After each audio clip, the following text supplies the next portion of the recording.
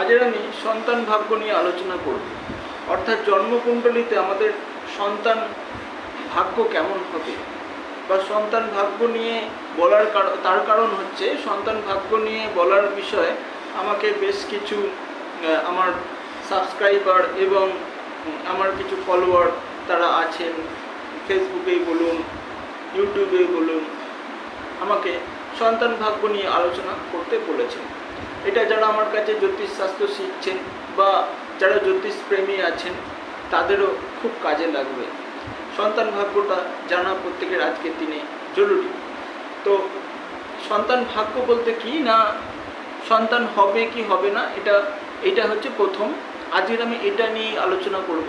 পরবর্তীকালে সন্তান ভাগ্য নিয়ে আরও ভিডিও আসতে চলেছে, আপনারা যারা এখনও সাবস্ক্রাইব করেনি করে নেবেন। তো জন্মকুণ্ডলী কোন ভাব থেকে সন্তান বিচার হয়? আমাদের যে জন্মকুণ্ডলী তার 5th হাউস থেকে সন্তান বিচার হয়, অর্থাৎ লগ্ন সাপেক্ষে যে পঞ্চম স্থান, লগ্নকে 1 ধরে 5 নম্বর ঘরটা হচ্ছে পঞ্চম ভাব। পঞ্চম ভাব থেকে বা পঞ্চম স্থান থেকে সন্তান বিচার হয়, আমাদের সন্তান স্থান বলা হয়। ছেলে হবে কি মেয়ে হবে এটা বিচার হয়। এটাও ইউটিউব চ্যানেলে আমি আলোচনা করব, তবে পরবর্তী কোনো এপিসোডে আলোচনা করব যে মেয়ে হবে কি ছেলে হবে এটা কী করে বুঝবেন। যার খুব ভালো করে আমার ইউটিউব ভিডিওগুলো ফলো রাখুন, শিখতে পারবেন, জানতে পারবেন। তো সন্তান হয় পঞ্চম ভাব থেকে সন্তানের বিচারটা হয়। আর সন্তানের কারক গ্রহ কি? আমাদের ট্র্যাডিশনাল অ্যাস্ট্রোলজি অনুযায়ী সন্তানের কারক গ্রহ হচ্ছে বৃহস্পতি। বৃহস্পতিকে জীবা বলা হয়, তাই সন্তানের কারক গ্রহ বৃহস্পতিকে ধরা হয়। অর্থাৎ জন্মকুণ্ডলিতে বৃহস্পতির অবস্থান কেমন হবে সেটা কিন্তু সন্তান, তার উপর কিন্তু নির্ভর করে সন্তান হবে কি হবে না।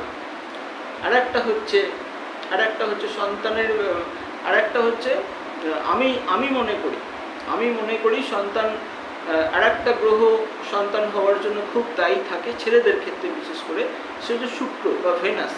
এবং মেয়েদের ক্ষেত্রে চন্দ্রকেও আমরা দেখতে পারি, কেননা মাতৃত্বের কারক গ্রহ হচ্ছে চন্দ্র। ঠিক আছে, এই দুটো কিন্তু আমাদের দেখা দরকার। ছেলেদের ক্ষেত্রে ভেনাসকে দেখতে হবে, কেন আমাদের স্পার্ম বিচার হয়, আমাদের শুক্রাণু বা স্পার্ম যেটা বিচার হয় সেটা শুক্র থেকে বিচার হয়, ভেনাস থেকে বিচার হয়। অর্থাৎ ভেনাসের কন্ডিশন কেমন আছে সেটা কিন্তু জন্মকুণ্ডলিতে বিশেষভাবে দেখা দরকার। আর মেয়েদের ক্ষেত্রে হচ্ছে চন্দ্র হচ্ছে মাতৃত্বের কারক। চন্দ্রের যদি সমস্যা থাকে মেয়েদের অনেক রকম সমস্যা আসে। তো এবার আলোচনা করি, যদি পঞ্চম ভাব, আর একটা জিনিস খুব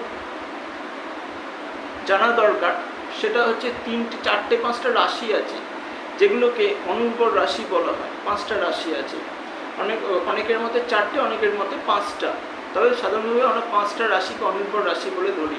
তাহলে হচ্ছে তিনটে রাশি, 3টে অগ্নি রাশি হচ্ছে অনুর্বর রাশি। এটা 3টে অগ্নি রাশি কি না, মেষ, সিংহ আর ধনু। আর দুটো রাশি হচ্ছে, একটা হচ্ছে মিথুন রাশি, অর্থাৎ বুধের দুটো রাশি, মিথুন রাশি আর কন্যা রাশি, এই দুটো রাশি। তাহলে মেষ, সিংহ, ধনু আর মিথুন রাশি, কন্যা রাশি, এই 4-5টা রাশিকে অ্যাস্ট্রোলজারদের মতামত অনুযায়ী, মানে আমাদের শাস্ত্রকারদের মতামত অনুযায়ী 5 রাশিকে বন্ধা রাশি বা অনুর্বর রাশি বলা হয়। এই রাশিতে যদি পঞ্চম ভাব পড়া হয়, পঞ্চম ভাবটা যদি এই রাশিতে হয়, অর্থাৎ পঞ্চম ভাব এই রাশিতে পঞ্চম ভাব অবস্থান করে, পঞ্চম ভাবটা এই কটা রাশির মধ্যে যদি পঞ্চম ভাব হয়, অথবা পঞ্চম ভাবপতি যদি এই রাশিতে অবস্থান করে, তাহলে কিন্তু তার সন্তান হতে খুব সমস্যা হবে বা সন্তান আসতে দেরি হবে। এটা মেয়েদের ক্ষেত্রে বেশি প্রবলেম, ছেলেদের ক্ষেত্রে এটা দেখা দরকার। আর একটা জিনিস হচ্ছে, যদি পঞ্চম ভাবে কারণ ম্যালিফিক প্ল্যানেটগুলো বসে থাকে, বা পঞ্চম ভাবপতি ম্যালিফিক প্ল্যানেটগুলো অর্থাৎ পাপগ্রহগুলো তারা যদি পীড়িত হয়, অর্থাৎ পঞ্চম ভাবে যদি রবি বসে থাকে, রবিকে হচ্ছে হিট প্ল্যানেট বলা হয়। রবি হচ্ছে তাজ্য করে দেয় সব কিছু। প্রচণ্ড রকম যাদের পঞ্চম ভাবে রবি বসে থাকে তাদের অ্যাসিডিটির সমস্যা, পেটের নানা রকম সমস্যা কিন্তু সৃষ্টি হতে পারে। পঞ্চম ভাবে রবি কিন্তু সন্তানের জন্য ভালো নয়। ছেলেদের ক্ষেত্রে যদি পঞ্চম ভাবে রবি বসে থাকে তাহলে কিন্তু তাদের সন্তান হওয়া একটু সমস্যা দেখা দিতে পারে ছেলেদের ক্ষেত্রে। আর মেয়েদের ক্ষেত্রে পঞ্চম ভাবে রবি খুব খুব শুভ নয়। ঠিক আছে, এটা সন্তানের কিন্তু প্রবলেম হতে পারে, বা সন্তান হওয়ার পরেও সন্তানের প্রবলেম আসতে পারে।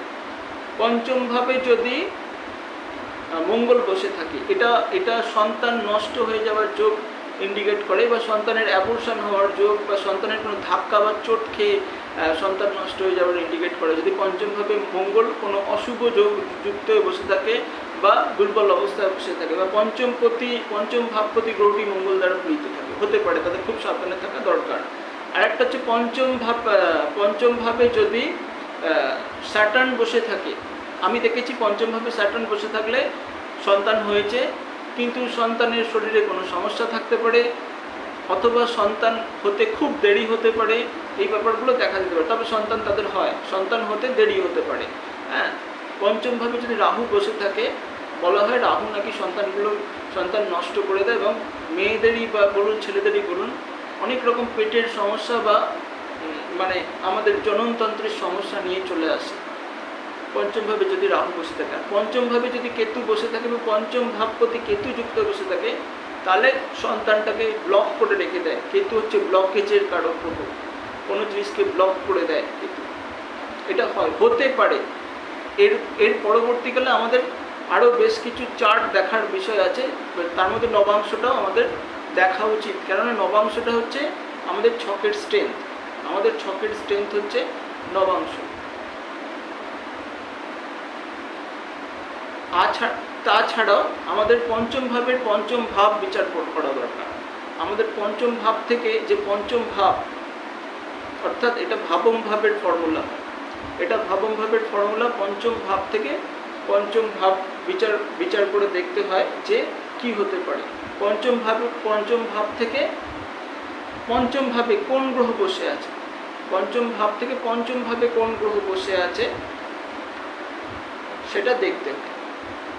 অর্থাৎ আমাদের পঞ্চম ভাবটা যা আছে তার অর্থাৎ পঞ্চম ভাবের নবম ভাবে যদি কোনো সমস্যা থাকে, একাধিক ম্যালেফিক প্ল্যানেট বসে থাকে বা নবম ভাবপতি পীড়িত হয়, তাহলেও কিন্তু সন্তান হতে সমস্যা দেখা দিতে পারে।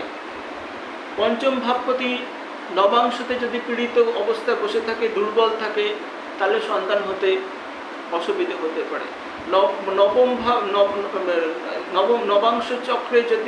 নবাংশ চক্রের পঞ্চম ভাব যদি পীড়িত থাকে, তাহলেও কিন্তু সন্তান হতে সমস্যা হতে পারে। নবাংশটাও খুব গুরুত্বপূর্ণ সব কিছু বিচারের ক্ষেত্রে, কেন প্রত্যেকটা বড় বড় রাইটার জন্মকুণ্ডলীর সাথে নবাংশটা বিচার করারও পরামর্শ দিয়েছেন। সেই কারণে নবাংশটা বিচার করা দরকার। ঠিক আছে, তো সন্তান ভাবটা এইভাবে দেখতে হয়। আরও বেশ ষোড়শবর্গ চার্টের আরেকটা খুব গুরুত্বপূর্ণ কুণ্ডলী আছে, যেটা থেকে সন্তান বিচার হয়। সেটা নিয়ে বললাম না, আমি আগামী পর্বে যখন সন্তান ভাব নিয়ে আলোচনা করব, বা সন্তানের যোগ বা সন্তান ভাগ্য নিয়ে আলোচনা করব, তখন ষোড়শবর্গ চার্টের কোন কুণ্ডলী থেকে সন্তান ভাগ্য বিচার হয় সেটা নিয়েও আলোচনা করব। আজের আমি শুধুমাত্র জন্মকুণ্ডলীতে সন্তান ভাগ্যটার বিচার করছি। এবার যদি জন্মকুণ্ডলীতে যদি আরেকটা জিনিস, বুধ এবং স্যাটার্ন, এদেরকে ক্লিপ গ্রহ বলা হয়। ক্লিপ গ্রহ অর্থাৎ তারা ছেলেও নয় মেয়েও নয়। বুধকে বলা হয় বালক, আর স্যাটার্নকে বলা হয় বৃদ্ধ। ঠিক আছে, এই কারণে এই দুটো গ্রহ যদি সন্তান স্থানে বসে থাকে, বা সন্তান ভাবপতির সাথে পঞ্চম ভাবে বসে থাকে, বা পঞ্চম ভাবপতির সাথে যুক্ত থাকে, তাহলে কিন্তু তাদের সন্তান আসতে চায় না। অতিরিক্ত স্যাটার্ন প্রবল পাওয়ারফুল অবস্থায় যদি পঞ্চম ভাবে বসে থাকে, তাদের সন্তান হতে চায় না। অতিরিক্ত পাওয়ারফুল বুধ যদি পঞ্চম ভাবে বসে থাকে, তাদের সন্তান হতে চায় না। এবার এই সন্তান হতে চায় না, আমাদের দেখুন সমস্যা থাকলে সমাধানও থাকবে। এটা হচ্ছে জ্যোতিষ কেন সব কিছুর নিয়ম। তাহলে কারোর যদি জন্মকুণ্ডলীতে এই সমস্যাগুলো দেখা যায়, তারা অবশ্যই কোনো ভালো অ্যাস্ট্রোলজারকে দেখাবেন।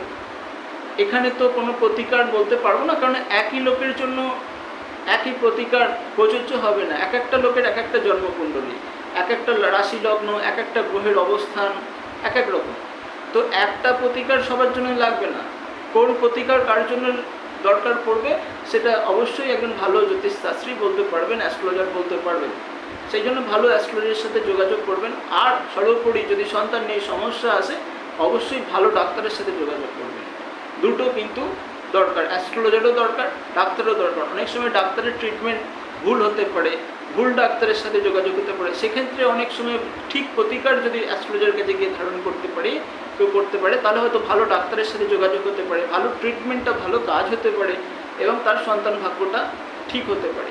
আর সবার আগে তো আমাদের ভাগ্য, এটা আমরা যারা অ্যাস্ট্রোলজি জানি বা মানি তারা জানি আমাদের সবার আগে আমাদের ভাগ্য আমাদের অনেক আগে চলে, আমাদের সব কিছু ঠিক করে রাখা আমাদের ভাগ্য, এটা আমরা বিশ্বাস করি। তবেই আমরা অ্যাস্ট্রোলজি নিয়ে চর্চা করতে পারছি বা অ্যাস্ট্রোলজি দ্বারা প্রেডিকশন করতে পারছি।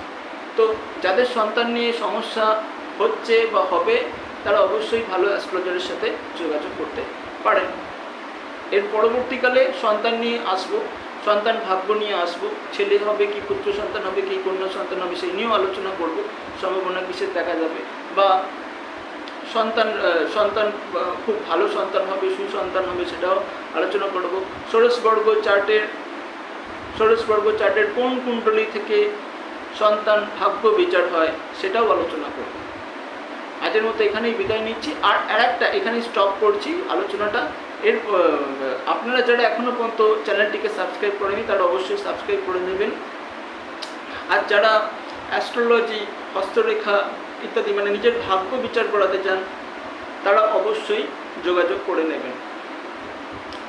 আমার ডেসক্রিপশান বক্সে আমার ফোন নাম্বার পেয়ে যাবেন। আর যারা অ্যাস্ট্রোলজি, হস্তরেখা, সংখ্যাতত্ত্ব, বাস্তু সম্পর্কে কোর্স করতে চাইছেন তারাও যোগাযোগ করবেন, ডেসক্রিপশান বক্সে আমার ফোন নাম্বার পেয়ে যাবেন। আজকের মতো এখানেই বিদায় নিচ্ছি। নমস্কার, ভালো থাকবেন।